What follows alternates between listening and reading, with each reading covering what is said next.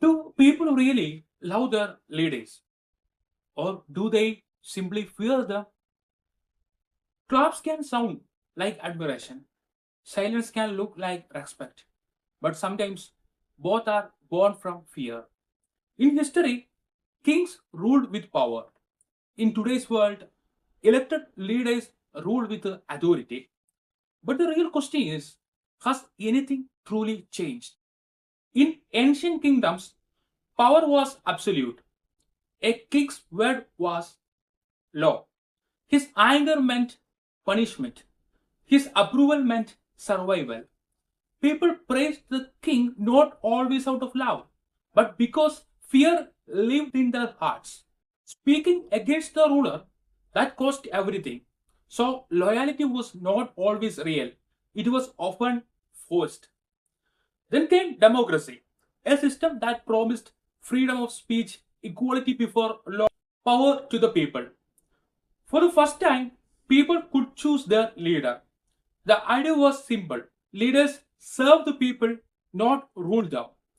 But is that what we see today? Today, in many places, something subtle has changed. Not visible like in kingdoms, but deeply felt. People hesitate to question, to criticize, to express disagreement. Not because they don't think, but because they are afraid. Afraid of being targeted, being misunderstood, being isolated, and sometimes afraid of consequences that they cannot control. In modern times, power is not just force, it is also image. Media plays a huge role. Positive stories are amplified, negative ones are softened or ignored. Social media too becomes a battlefield. Praises spread fast, criticism invites backlash. Slowly, a culture is created where people ask themselves, is it safe to speak? And when that question exists, freedom already begins to shrink. In any system, authority comes with responsibility, but when authority feels unlimited, fear grows.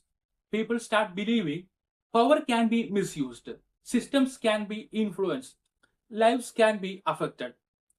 Even if it is not always true, the perception itself is powerful because fear doesn't need proof, it only needs possibility. In democracy, people's vote.